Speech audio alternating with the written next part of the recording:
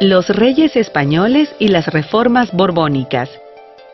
En el siglo XVIII se produjo un cambio de dinastía en España.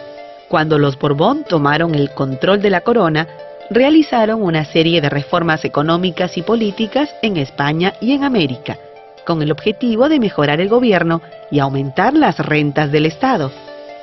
El virreinato peruano quedó reducido y junto a él surgieron otros dos, el de Nueva Granada, con capital en Bogotá, y el de Buenos Aires, en la zona de la actual Argentina.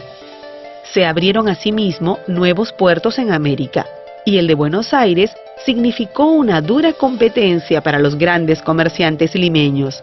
Además, se modificaron y aumentaron los impuestos, lo que afectó a los criollos y mestizos dedicados al comercio. Y por otro lado, se restringió el acceso de los criollos a puestos importantes, inclusive dentro de la iglesia. El siglo XVIII. Recuperando un sentimiento. En el siglo XVIII se produjo una importante recuperación indígena.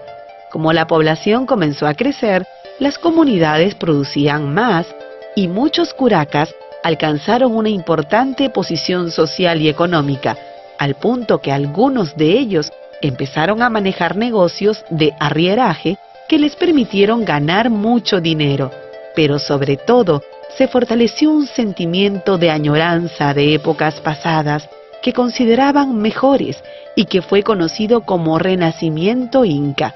Por eso en muchas pinturas de esta época se puede ver a los curacas y sus familias luciendo símbolos incas como el sol. Las quejas y rebeliones indígenas. Sometidos a severos abusos como la mita y el pago del tributo durante el siglo XVIII, los indígenas no se mantuvieron en silencio. Se quejaban, sobre todo de los excesos de los corregidores y del reparto de mercancías que había aumentado. Así, durante este siglo, ocurrieron más de 100 rebeliones indígenas. Juan Santos Atahualpa.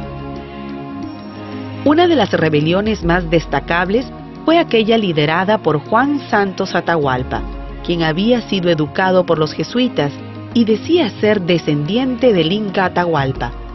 Santos luchó por expulsar a los españoles e instalar un nuevo orden que rescatase y revalorase el pasado inca. Enfrentó a los españoles en la región central de nuestro territorio. No lograron capturarlo, pues se refugió en las zonas de selva a las que es muy difícil ingresar. Túpac Amaru. Pero la rebelión más importante fue, sin duda, la de Túpac Amaru II, indio noble y curaca de la región del Cusco. Apoyaron este alzamiento otros indios nobles, los indios del común y hasta los mestizos. Su objetivo era acabar con los abusos de los españoles y establecer un nuevo gobierno independiente de la corona española. A pesar de la fuerza que alcanzó esta rebelión y del apoyo que recibió, finalmente fue derrotada. Túpac Amaru fue capturado y ejecutado por los españoles. Expulsión de los jesuitas. La orden religiosa de los jesuitas había alcanzado un gran poder económico y tenía una fuerte influencia en la sociedad. Por eso, cuando fueron expulsados de nuestro territorio por orden de los reyes de España, se produjeron una serie de consecuencias que influyeron en la futura independencia. Por un lado, algunas personas pusieron en duda la justicia del rey. Por otro, se crearon escuelas más modernas, como el Convictorio de San Carlos.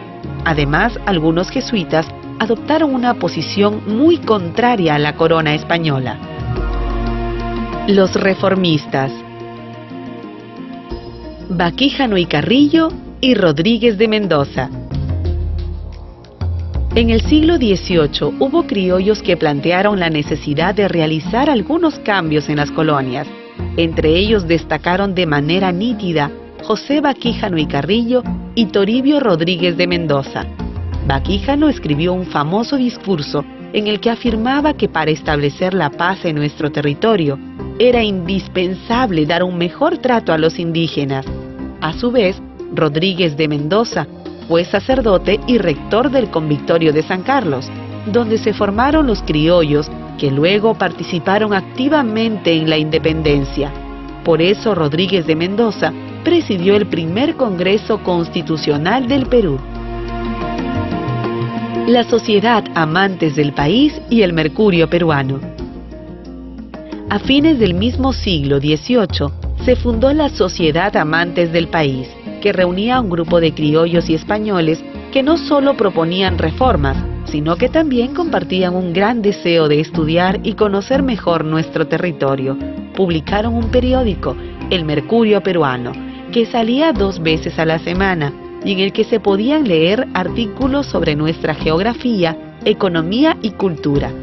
Esta publicación contribuyó con la independencia, pues permitió que algunas personas reconocieran las características únicas y diferentes del país, y porque ayudó a muchos criollos a desarrollar su orgullo nacional. Los separatistas, Vizcardo y Guzmán. En América también vivieron criollos que mostraron su espíritu independentista y libertario.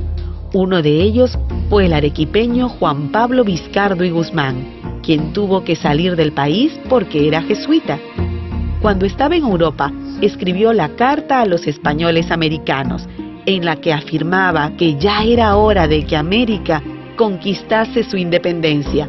Las razones que le permitieron llegar a esa conclusión fueron que la corona española discriminaba a los criollos y maltrataba a los indios, y que América tenía grandes recursos económicos que España aprovechaba. Vizcardo y Guzmán sostenía también que esta independencia debía ser dirigida por los criollos.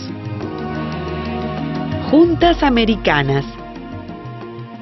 A principios del siglo XIX, España fue invadida por Napoleón, un emperador francés que nombró rey de España a su hermano.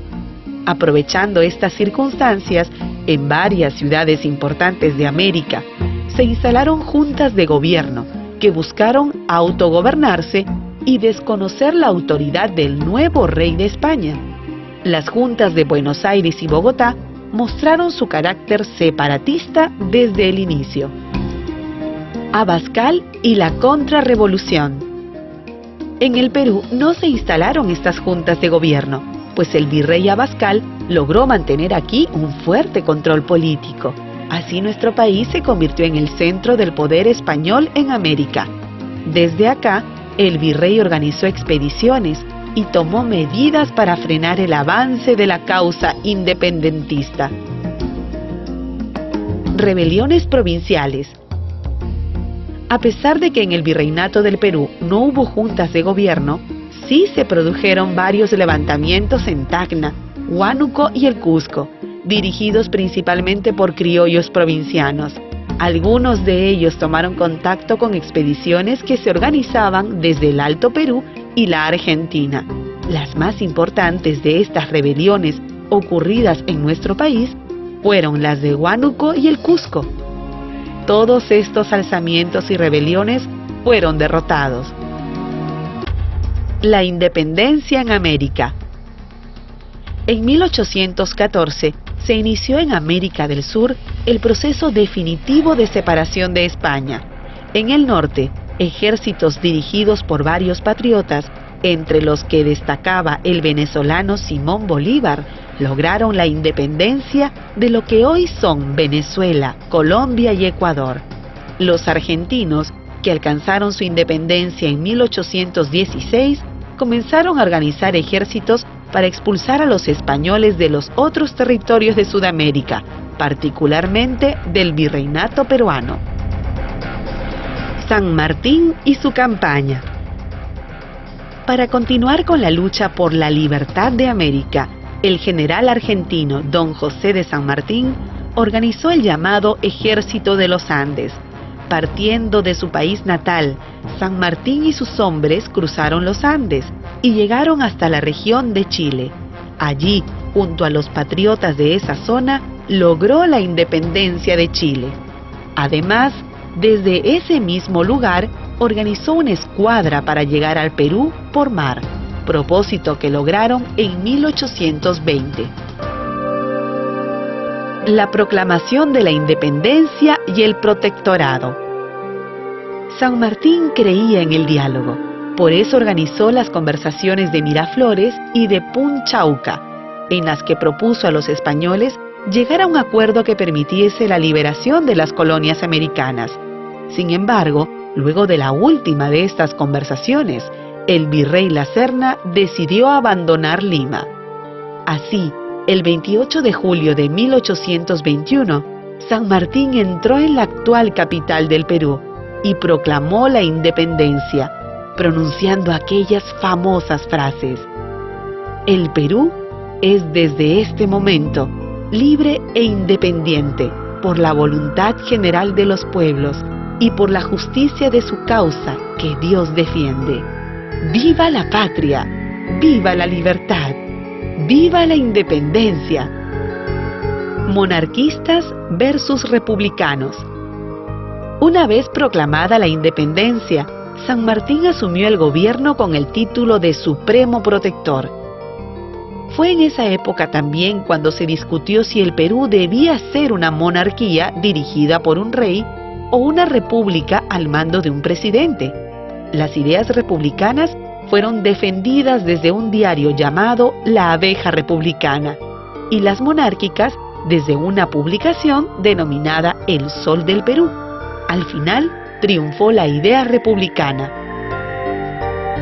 Conversaciones de Guayaquil y salida de San Martín.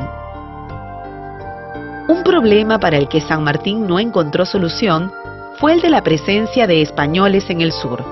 Para tratar de resolverlo, se reunió en Guayaquil con Simón Bolívar, con el fin de proponerle que uniesen sus fuerzas para terminar de expulsar definitivamente a los conquistadores. Estas conversaciones no tuvieron el éxito esperado. A su regreso a Lima, San Martín se dio cuenta de que ya no contaba con el apoyo del pueblo. Decidió entonces instaurar el primer Congreso peruano y abandonar el Perú. El primer Congreso peruano. El primer Congreso peruano empezó a funcionar en 1822. Estaba integrado básicamente por abogados, sacerdotes y militares. Se nombró como presidente a Francisco Javier de Luna Pizarro, pero se otorgó a Toribio Rodríguez de Mendoza el honor de dirigir las primeras sesiones. Este congreso se dedicó, entre otras cosas, a redactar la primera Constitución del Perú. Sin embargo, en vista de que no se había logrado expulsar por completo a los conquistadores, el ejército presionó al Parlamento para que nombrase como primer presidente a José de la Riva Agüero. Bolívar en el Perú, Junín y Ayacucho. Pocos meses después, en un momento de crisis, el Congreso destituyó a Riva Agüero y nombró como nuevo presidente a Torre Tagle. Como Riva Agüero no aceptó su destitución, se produjo una situación insólita. Había dos presidentes. Fue entonces cuando Bolívar llegó a nuestro país, tomó el mando y logró que el Congreso lo nombrase dictador. Una vez en el poder, todos los esfuerzos de Bolívar se dirigieron a formar el Gran Ejército Libertador, que logró derrotar definitivamente a los españoles en las batallas de Junín y Ayacucho, ambas en 1824.